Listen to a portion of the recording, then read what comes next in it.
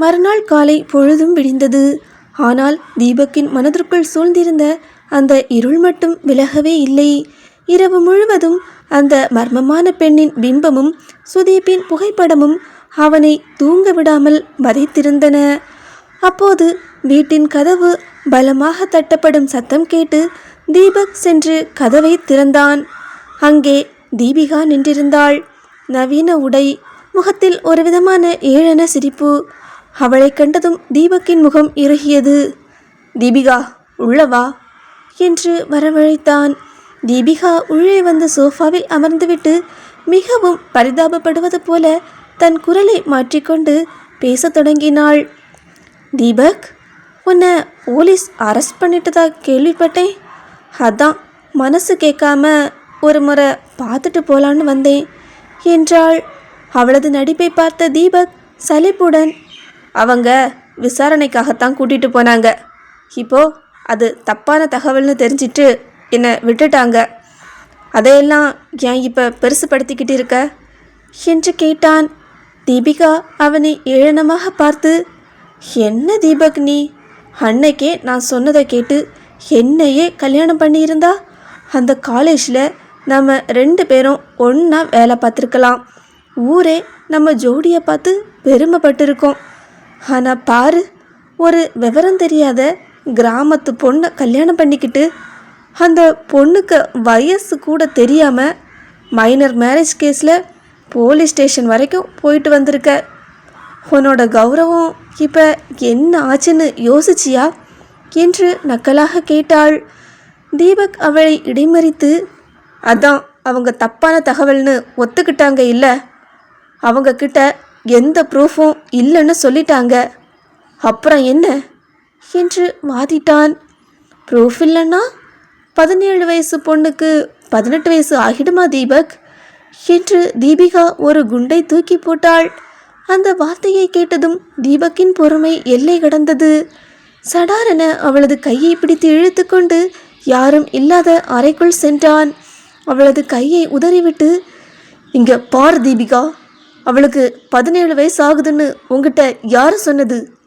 அவளை பற்றி உனக்கு ஏதோ ரகசியம் தெரிஞ்சிருக்கு, உண்மையை சொல்லு தீபிகா என்று ஆவேசமாக கத்தினான். தீபிகா இப்போது தன் முகமூடியை கழற்றிவிட்டு விகாரமாக சிரித்தாள். மிஸ்டர் தீபக், அதுதானே உண்மை. உங்கள் ஒய்ஃபு படிக்கல, அவளுக்கு 18 வயசு ஆகலை. என் அளவுக்கு அவளுக்கு அழகும் இல்லை, அறிவும் இல்லை. ஆனாலும் நீ அவளை கல்யாணம் பண்ணிக்கிட்ட இல்லையா? நான் எத்தனை நாள் வெக்கத்தை விட்டு உன் பின்னாடியே சுற்றினேன்.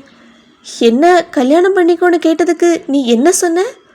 அம்மா பார்க்குற பொண்ணு தான் எனக்கு முக்கியம்னு சொன்ன இல்லை, இப்போ அனுபவிடா என்று சீறினாள். அவள் தீபக்கின் முகத்திற்கு நேராக விரலை நீட்டி, உன்னை சுற்றி என்ன நடக்குதுன்னு தெரியாமலேயே நீ யோசிச்சு பைத்தியமாக ரோட்டில் அலையணும். அதை நான் நின்று வேடிக்கை பார்த்து சிரிக்கணும். நீ கட்டி வச்சிருக்கியே அந்த படிக்காத பொண்ணு, அவளும் சேர்ந்து உன்னோட மானத்தை வாங்குவா. அப்போ புரியும் இந்த தீபிகாவோட பவர் என்னன்னு என்று சபதமிட்டுவிட்டு மின்னல் வேகத்தில் அந்த அறையை விட்டு வெளியேறினாள். தீபக் சிலையென உறைந்து நின்றான். சிறிது நேரத்தில் தீபக்கின் பெற்றோர் அவனிடம் வந்து, சரிப்பா தீபக், உன்னை பார்க்கணுன்னு தோணுச்சு, வந்து பார்த்தாச்சு, நாங்கள் ஊருக்கு கிளம்புறோம் என்று சொன்னார்கள். தீபக் அதிர்ச்சியுடன் அவர்கள் அருகில் சென்றான். என்னப்பா சொல்கிறீங்க? நேற்று தான் வந்தீங்க, அதுக்குள்ளே கிளம்புறீங்க? கூட 2 நாள் இருந்துட்டு போகலாமே என்று அவன் ஏக்கமாக கேட்டான். அதற்கு அவனது அம்மா ஒரு ஏளன சிரிப்போடு, நாங்கள் எதுக்குடா இங்கே இருக்கணும்? நீ உன் பொண்டாட்டியை கொஞ்சிக்கிட்டு இருக்க, அதில் நாங்கள் எதுக்கு நடுவில் இருந்து உனக்கு தொந்தரவு கொடுத்துக்கிட்டு என்று சொன்னார். அம்மாவின் அந்த வார்த்தைகள் தீபக்கை தட்டி எழுப்பியது. அவன் குறுக்கே நின்று அவர்களை தடுத்தான். அம்மா, சின்ன வயசுலேயே என்னை ஹாஸ்டலில் சேர்த்துட்டீங்க, அங்கேயே வளர்ந்தேன். அப்புறம் படிப்பு வேலைன்னு தனியாகவே இருந்து பழகிட்டேன். ஆனால் கல்யாண பேச்சு வரும்போது நீங்கள் எங்கிட்ட என்ன சொன்னீங்க? நாங்கள் பார்க்குற பொண்ணை நீ கல்யாணம் பண்ணிக்கிட்டா நாங்கள் உன் கூடவே வந்து தங்குவோம், உனக்கும் ஒரு குடும்பம் அமையும்னு சொன்னீங்க இல்லை? அதுக்காகத்தானே நீங்கள் சொன்ன எல்லாத்துக்கும் நான் சம்மதிச்சேன். இப்போ நீங்களே பார்த்து வச்ச பொண்ணை நான் கட்டிக்கிட்ட பிறகு அதே காரணத்தை சொல்லி என்னை விட்டுட்டு போகிறீங்களே, இது நியாயமா என்று தன் மனக்குமுறலை அப்படியே கொட்டி தீர்த்தான். அவனது கேள்வியில் இருந்த நியாயம் அவர்களை ஒரு நிமிடம் நிலைகுலைய வைத்தது. அவர்கள் ஒருவரை ஒருவர் பார்த்து கொண்டனர். என்ன சொல்வதென்று தெரியாமல் திகைத்த அப்பா, அது இல்லைப்பா, உன்னை போலீஸ் பிடிச்சிட்டு போயிட்டாங்கன்னு கேள்விப்பட்டு தான் பதறி போய் வந்தோம். இப்போ நீ நல்லா இருக்குன்னு தெரிஞ்சிடுச்சு. ஊரில் தோப்பில் நிறைய வேலை இருக்குது, ஆளுங்களுக்கு சம்பளம் கொடுக்கணும், அதான் கிளம்புறோம் என்று மழுப்பலான ஒரு காரணத்தை சொன்னார். தீபக் அவர்களை விடவில்லை. சரிப்பா, அதை விடுங்க. ஆனால் என்னை இங்கே சென்னையில் போலீஸ் பிடிச்ச விஷயம் ஊரில் இருக்கிறவங்களுக்கு யார் சொன்னது? அந்த ஒரு தகவலை மட்டுமாவது சொல்லிட்டு போங்கம்மா என்று தீர்க்கமாக கேட்டான். அவன் கேட்ட அந்த கேள்விக்கு அவர்களிடம் பதில் இல்லை. இல்லை, பதில் இருக்கிறது, ஆனால் சொல்ல விருப்பமில்லை. சரிப்பா, எங்களுக்கு நேரமாச்சு, வண்டி வந்துடும் என்று சொல்லியபடி அவர்கள் வாசலை நோக்கி கிளம்பினார்கள். வீட்டிற்குள் தீபிகா வந்து மிரட்டியதும் அவனது பெற்றோர் அவசரமாக கிளம்பியதும் என ஒரு பெரிய போர்க்கிழமை நடந்து முடிந்திருந்தது. ஆனால் இவ்வளவு கலைபரங்கள் நடந்தும் கார்த்திகாவை காலில் ஆளையே காணோம். ஒருவேளை பயந்து போய் அறைக்குள் முடங்கி கிடக்கிறாளோ என்று பதறியபடி தீபக் வீட்டிற்குள் சென்று பார்த்தான். அங்கே கார்த்திகா எந்த கவலையும் இல்லாமல் தலையை சீவி முடிந்து கொண்டு சமையல் வேலையில் மும்முரமாக இருந்தாள். கரண்டியால் பழுப்பை கடைந்து கொண்டே ஏதோ ஒரு பழைய பாடலை முணுமுணுத்து கொண்டிருந்தாள். தீபக் அவளருகே சென்று, என்ன கார்த்திகா இது, இப்போதான் ஹாஸ்பிட்டலிருந்து வந்திருக்க, கொஞ்சம் ரெஸ்ட் எடுக்கக்கூடாதா? ஏன் இப்படி வேலை செஞ்சுக்கிட்டே இருக்க என்று அக்கறையுடன் கேட்டான். அவள் கரண்டியை தட்டில் தட்டிவிட்டு, எவ்வளவு நேரங்க சும்மாவே இருக்கிறது, சும்மா இருந்தாலே எனக்கு பைத்தியம் பிடிச்ச மாதிரி இருக்கு, அதான் உங்களுக்காக பிடிச்ச சமையலை செய்யலான்னு வந்துட்டேன் என்று சிரித்துக்கொண்டே சொன்னாள். அவளது நிதானத்தை பார்த்த தீபக்கிற்கு சற்று நிம்மதியாக இருந்தது.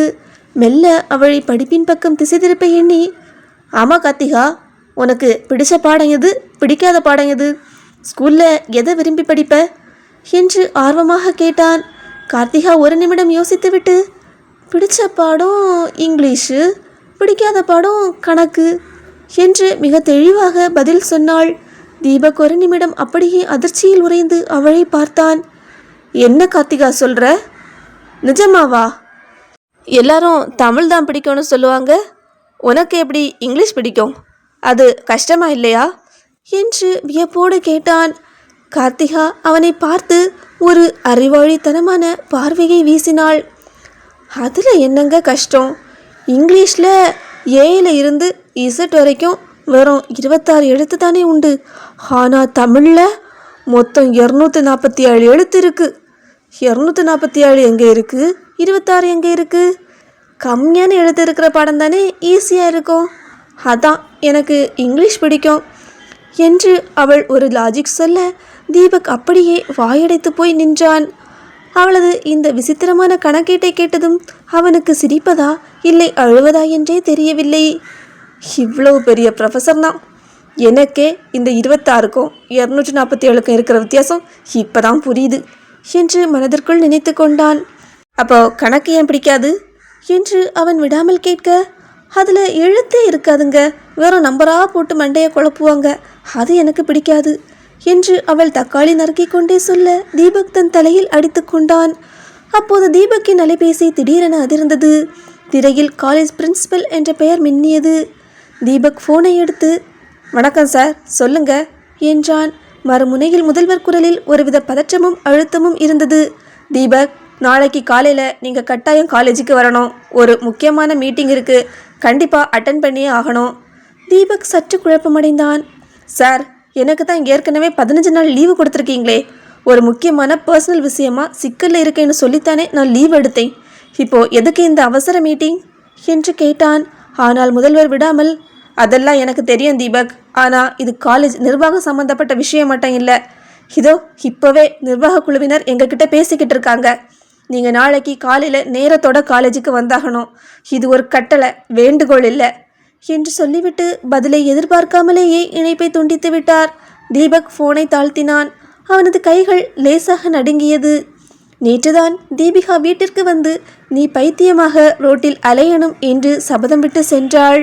அதற்குள் இன்று காலையிலேயே முதல்வரிடமிருந்து இப்படி ஒரு அழைப்பு, ஏதோ ஒன்று சரியாக இல்லை என்பது மட்டும் அவனுக்கு தெளிவாக தெரிந்தது. மறுநாள் காலையில் அவர்கள் இருவரும் கல்லூரிக்கு வந்தார்கள். கல்லூரியின் அந்த பிரம்மாண்டமான வாசலுக்கு முன்னால் கார் வந்து நின்றது. தீபக்கின் உள்ளுணர்வு இன்று ஏதோ ஒரு விபரீதம் நடக்கப் போகிறது என்று எச்சரித்தது. கார்த்திகாவை வீட்டில் தனியாக விட்டுவிட்டு வருவது அவனுக்கு பாதுகாப்பாக தெரியவில்லை. எனவே அவளையும் தன்னோடு அழைத்து கொண்டு கல்லூரிக்குள் நுழைந்தான். வரவேற்பு அறையில் கார்த்திகாவை அமர வைத்துவிட்டு ஒரு விதமான இறுக்கமான மனநிலையுடன் பிரின்சிபல் அறைக்கு சென்றான். அறையின் உள்ளே கல்லூரி முதல்வர் மற்றும் நிர்வாக குழு உறுப்பினர்கள், சில மூத்த பேராசிரியர்கள் என அனைவரும் ஒரு விதமான மௌனத்துடன் அமர்ந்திருந்தனர். தீபக் உள்ளே நுழைந்ததும் அறையின் சூழல் மேலும் கனமானது. முதல்வர் ஒரு கோப்பை திறந்து அதில் இருந்த ஒரு தாளினை எடுத்து தீபக்கிடம் நீட்டினார். மிஸ்டர் தீபக், நீங்கள் இந்த காலேஜில் படித்தவர், இங்கேயே அசிஸ்டன்ட் ப்ரொஃபஸராக வேலைக்கு வந்து இன்னைக்கு ப்ரொஃபஸர் ரேஞ்ச் வரைக்கும் உயர்ந்திருக்கீங்க. ஆனால் இந்த மைனர் மேரேஜ் கேஸில் நீங்கள் போலீஸ் ஸ்டேஷன் வரைக்கும் போயிட்டு வந்தது காலேஜோட பேருக்கு பெரிய களங்கம் என்றார் முதல்வர். நிர்வாக குழு உறுப்பினர் ஒருவர் குறுக்கிட்டு, பெற்றோர்கள் எங்ககிட்ட கேள்வி கேட்குறாங்க தீபக். மைனர் மேரேஜ் கேஸில் ஜெயிலுக்கு போயிட்டு வந்த ஒரு காலேஜ் ப்ரொஃபஸரை எப்படி நம்பி நாங்கள் எங்கள் பிள்ளைங்களை படிக்க அனுப்புறதுன்னு கேட்குறாங்க. நிர்வாக ரீதியாக எங்களுக்கு வேற வழி தெரியல. சாரி தீபக், இந்த நிமிஷத்தில் இருந்து உங்களை காலேஜில் இருந்து டிஸ்மிஸ் பண்ணுறோம் என்று சொன்னார்கள். தீபக் அதை கேட்டு சற்றும் அதிர்ச்சியடையவில்லை. விபரீதம் நடக்கும் என்று அவன் ஏற்கனவே யூகித்திருந்ததால் அவன் முகம் பாறையாக உறைந்து போயிருந்தது. எந்த விதமான உணர்ச்சியும் காட்டாமல் அந்த டிஸ்மிஸ் நோட்டீஸை பெற்றுக்கொண்டான். அவன் எதையும் பேசாமல் அமைதியாக வெளியேற முற்படுவதைக் கண்டு முதல்வர் வியப்புடன், என்ன தீபக், எதுவுமே சொல்லாமல் போறீங்க என்று கேட்டார். தீபக் சட்டென திரும்பி அவர்களை ஏளனமாக பார்த்தான். சார், இப்போ நான் ஏதாவது பேசி நான் தப்பு பண்ணலைன்னு நிரூபிக்கணுமா? இல்லை நீங்கள் எடுத்திருக்கிற இந்த முடிவு தப்புன்னு நான் உங்களை எதிர்த்து வாதாடணுமா? நீங்கள் எல்லாரும் ஏற்கனவே ஒரு முடிவை எடுத்துட்டீங்க, அதில் இருந்து மாறப்போகிறதில்லைன்னு எனக்கு தெரியும். அப்புறம் எதுக்கு வேஸ்ட்டாக பேசி நேரத்தை வீணடிக்கணும்? நான் நல்லவனா இல்லை கெட்டவனான்னு என்னோட மனசாட்சிக்கு தெரியும். என்ன நம்பாத யாருக்கும் என்னை பற்றி நிரூபிக்க வேண்டிய அவசியம் எனக்கு இல்லை. ஆனால் சார், ஒன்று மட்டும் ஞாபகம் வச்சுக்கோங்க, என்னை இப்போ அவமானப்படுத்தி வெளியே அனுப்புகிற இதே காலேஜ் மேடையில் ஒரு நாள் என்னோட ஒய்ஃப் சீஃப் கெஸ்ட்டாக வருவாங்க. அன்னைக்கு நீங்கள் எல்லாரும் உங்கள் முகத்தை எங்கே கொண்டு போய் வச்சுப்பீங்கன்னு நானும் பார்க்குறேன் என்று சொல்லிவிட்டு அங்கிருந்து ஆக்ரோஷமாக வெளியேறினான். அவனின் இந்த பேச்சில் அனைவரும் ஒரு நிமிடம் ஆடிப்போனார்கள். ஆனால் சந்திரனோ அதிர்ச்சியில் உறைந்து போனான். 8வது கூட முடிக்காத 17 வயசு பொண்ணு இவ்வளோ கட்டிட்டு வந்து இவ்வளவு பெரிய சவால் விட்டுட்டு போறானே என்று.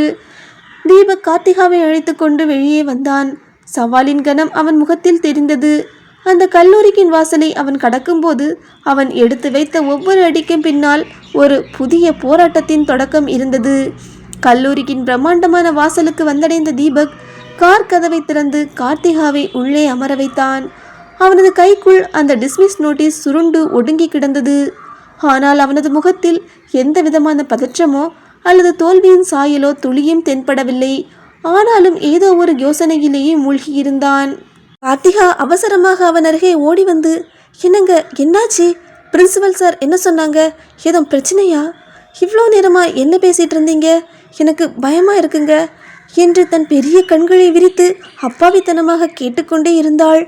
அவளது கலக்கத்தை பார்த்த தீபக் அவளது தலையை மென்மையாக வருடிவிட்டு புன்னகையுடன் பேசத் தொடங்கினான். அதெல்லாம் ஒன்றும் இல்லை கார்த்திகா, அன்னைக்கு காலேஜில் நீ மயங்கி விழுந்தப்ப உன்னோட உடல்நிலை பற்றி அவங்க தெரிஞ்சுக்கிட்டாங்கல்ல, அதான் இந்த 6 மாதத்துக்கு நீ வீட்டில் நல்ல ரெஸ்ட் எடுக்கணும், உன்னை முழுசாக நான் கவனிச்சிக்கணும்னு காலேஜ் நிர்வாகம் எனக்கும் சேர்த்து லீவு கொடுத்துட்டாங்க என்று எந்தவித தயக்கமுமின்றி மிக இயல்பாக பொய் சொன்னான். அவள் கேட்ட கேள்வி அவனுக்குள் ஒரு மெல்லிய வலியை தந்தாலும் அதை அவன் வெளிக்காட்டி கொள்ளவில்லை. கார்த்திகாவின் முகத்தில் ஆச்சரியம் அலை மோதியது. நிஜமாவா சொல்கிறீங்க? காலேஜில் இப்படியெல்லாம் கூட லீவு தருவாங்களா? எனக்கு நம்பவே முடியலையே. ஆமாம், வாத்தியாருக்கு மட்டும்தான் இப்படி லீவு தருவாங்களா இல்லை அங்கே படிக்கிற பசங்களுக்கும் இதே போல் 6 மாதம் லீவெல்லாம் கொடுப்பாங்களா என்று மீண்டும் மீண்டும் வியப்புடன் அவனை ஏறிட்டு பார்த்தாள். அவளது அந்த அறியாமையும் அப்பாவித்தனமும் அவனுக்கு மேலும் நம்பிக்கையை அளித்தது. ஆமாம் கார்த்திகா, காலேஜில் இருக்கிறவங்க ரொம்ப நல்லவங்க. நான் சின்ன வயசுலேருந்தே இங்கே படித்து வளர்ந்து வேலை பார்த்தவன். அவங்களுக்கு என்னை ரொம்ப பிடிக்கும். என் குடும்ப சூழலை உணர்ந்து தான் உன்னை பார்த்துக்க எனக்கு 6 மாதம் லீவு கொடுத்துருக்காங்க. இனி 6 மாதம் நான் உன் கூடவே இருந்து உன்னை நல்லா கவனிச்சிக்க போகிறேன். உனக்கு இதெல்லாம் விட வேறு எதுவும் வேணுமா என்று அவளை அன்புடன் பார்த்து கேட்டான். இதை கேட்டதும் கார்த்திகாவின் முகத்தில் மின்னிய மகிழ்ச்சிக்கு எல்லையே இல்லை. ஏதோ ஒரு பொக்கிஷம் கிடைத்தது போல அவளது முகம் பிரகாசித்தது. நிஜமாவா? 6 மாதம் நீங்கள் எங்கேயும் போக மாட்டீங்களா? என் கூடவே இருப்பீங்களா? எனக்கு எனக்கு ரொம்ப சந்தோஷமாக இருக்குதுங்க. நீங்கள் என் கூடவே இருந்தால் போதும், வேறு எதுவும் எனக்கு வேண்டாம் என்று சொல்லி அந்த மகிழ்ச்சியில் அங்கேயே துள்ளி குதித்தாள். நடந்த விபரீதங்கள் எதையும் அறியாமல், தன் கணவனின் வேலை பறிபோன உண்மையை உணராமல், அவன் தன்னுடனேயே இருக்கப் போகிறான் என்ற அந்த சிறிய மகிழ்ச்சியில் அவள் மிதந்து கொண்டிருந்தாள். அவளது தலையை தீபக் மென்மையாக வருடினான். அந்த மகிழ்ச்சி தற்காலிகமானதுதான் என்பதும், காலத்தின் ஓட்டத்தில் அது உடைந்து போகும் என்பதும் அவனுக்கு நன்றாக தெரியும். ஆனால் அந்த நிமிடம் அவளது உள்ளம் காயப்படாமல் இருக்க வேண்டும் என்று மட்டும் அவன் நினைத்தான். தீபக் கார்த்திகாவை காரில் அமர வைத்துவிட்டு சற்று தள்ளி சென்று அலைபேசியை எடுத்தான். திரையில் சந்திரன் என்ற பெயர் மின்னியது. அழைப்பை ஏற்றதும் மறுமுனையில் சந்திரனின் பதற்றமான குரல் கேட்டது. டே மச்சான், என்னடா இப்படி ஆயிடுச்சு? காலேஜில் இருந்து உன்னை டிஸ்மிஸ் பண்ணிட்டாங்க. இனிமே என்னடா பண்ண போற? என்ன யோசிச்சு வச்சிருக்க என்று சந்திரன் படபடவென கேட்டான். தீபக் சாலையோரமாய் நின்று கொண்டு அந்த டிஸ்மிஸ் நோட்டீஸை பார்த்தபடி நிதானமாக பேசத் தொடங்கினான். அவனது குரலில் குழப்பம் இல்லை, தெளிவு இருந்தது. இனிமே இந்த காலேஜில் வேலை பார்க்க முடியாது. ஆனால் நான் படிச்சிருக்க படிப்புக்கு இப்போ எங்கே போனாலும் எனக்கு கை நிறைய சம்பளம் தர வேறு காலேஜில் ரெடியாக இருக்காங்க. ஆனால் இப்போ முடிவு பண்ணிட்டேன், அடுத்த 6 மாதம் நான் அவளை கூடவே இருந்து நல்லபடியாக பார்த்துக்கணும். அதுதான் இப்போதைக்கு என்னோட முதல் இலக்கு. சந்திரன் சற்று இடைவெளி விட்டு, சரி மச்சான், உன் முடிவு புரியுது. ஆனால் அதுக்கு 6 மாதத்துக்கு பணம் வேணுமே, எப்படி சமாளிக்க போகிற என்று கவலையுடன் கேட்டான். தீபக் ஒரு மெல்லிய மூச்சை வெளியேற்றினான். கவலைப்படாதடா, நான் இதுவரைக்கும் கஷ்டப்பட்டு சேர்த்து வச்சிருந்த பணம் கொஞ்சம் இருக்குது. அதுபோக கார்த்திகாவுக்குன்னு நான் கல்யாணத்துக்கு முன்னாடியே அவளுக்காக வாங்கி வச்சிருந்த நகைங்களும் சிலது இருக்குது. இப்போதைக்கு அதை வச்சே சமாளிச்சிடலாம். இந்த 6 மாதத்தில் அவளை ஒரு நல்ல நிலைமைக்கு, அதாவது அவளோட உடல்நிலையும் மனநிலையும் சரியாகி அவளே தன்னம்பிக்கையோட செயல்படுற அளவுக்கு அவளை மாற்றணும். அதுக்கப்புறம் என்ன பண்ணலான்னு யோசிப்பேன். எனக்கு வரப்போகிற மனைவி நல்ல படித்தவளாக இருக்கணும்னு நான் எதிர்பார்த்தேன். ஆனால் எனக்கு அது அமையலை. இது விதியால் நடந்ததா இல்லை சதியால் நடந்ததான்னு எனக்கு சத்தியமாக தெரியல. ஆனால் விதியோ சதியோ நான் ஜெயிச்சு காட்டுவேன் என்று உறுதியாக சொன்னான். சந்திரன் அமைதியாக கேட்டுக்கொண்டிருக்க தீபக் தொடர்ந்தான். வேலை போயிட்ட விஷயத்த இப்போதைக்கு அவகிட்ட சொல்ல மாட்டேன்டா. அதை சொன்னால் அவள் பயந்துடுவா. அது அவளோட மனநிலையை இன்னும் பாதிக்கும். அவளுக்கு உடம்பு தேறி நல்ல சுறுசுறுப்பு ஆனதுக்கு அப்புறம் நிதானமாக அவகிட்ட உண்மையை சொல்லிக்கலாம். அது வரைக்கும் இந்த லீவுங்கிற போய் அவளை பத்திரமா பார்த்துக்க எனக்கு உதவும். அவனது வார்த்தைகளில் இருந்த பொறுப்பும் கார்த்திகாவின் மீது அவன் வைத்திருந்த அளவற்ற அக்கறையும் சந்திரனுக்கு வியப்பை தந்தது. ஒரு நண்பனாக அவனுக்கு பெருமையாக இருந்தது. சரி மச்சான், உன் நம்பிக்கை வீண் போகாது. எந்த உதவி தேவைனாலும் தயங்காம கேளு, நான் இருக்கேன் என்று சந்திரன் உறுதியளித்தான். தீபக் அதை கேட்டு ஒரு சிறு புன்னகையுடன் போனை வைத்தான். அவன் தன் மனைவியின் எதிர்காலத்திற்காக தனது சொந்த விருப்பு வெறுப்புகள் ஆசைகள் அனைத்தையும் பணையம் வைக்க துணிந்து விட்டான். சந்திரனிடம் பேசிவிட்டு தன் மனதை ஒருநிலைப்படுத்தி கொண்டு தீபக் காரை தேடி திரும்பினான். அப்போது எதிர்பாராத விதமாக மிக வேகமாக வந்த ஒரு 2 வீலர் அவன் மீது மோத வரும் வேகத்தில் வந்து சடாரென பிரேக் போட்டு நின்றது. அந்த அதிர்ச்சியில் தீபக் ஒரு கணம் நிலைகுலைந்து பின்னோக்கி தள்ளாடினான். வண்டியில் இருந்தவன் ஹெல்மெட்டை கழட்டினான். இருவரும் நேருக்கு நேர் பார்த்து கொண்டனர். அவனை பார்த்ததும் தீபக் அதிர்ச்சியில் உறைந்து போனான். அவன் வேறு யாரும் இல்லை, சுதீப். தீபக் அவனது கண்களை பார்த்ததும் சுதீப் என்று தன் வாய்க்குழேயை முணுமுணுத்தான். சுதீப் அதை கேட்டு ஒரு நக்கலான சிரிப்பை உதிர்த்தான்.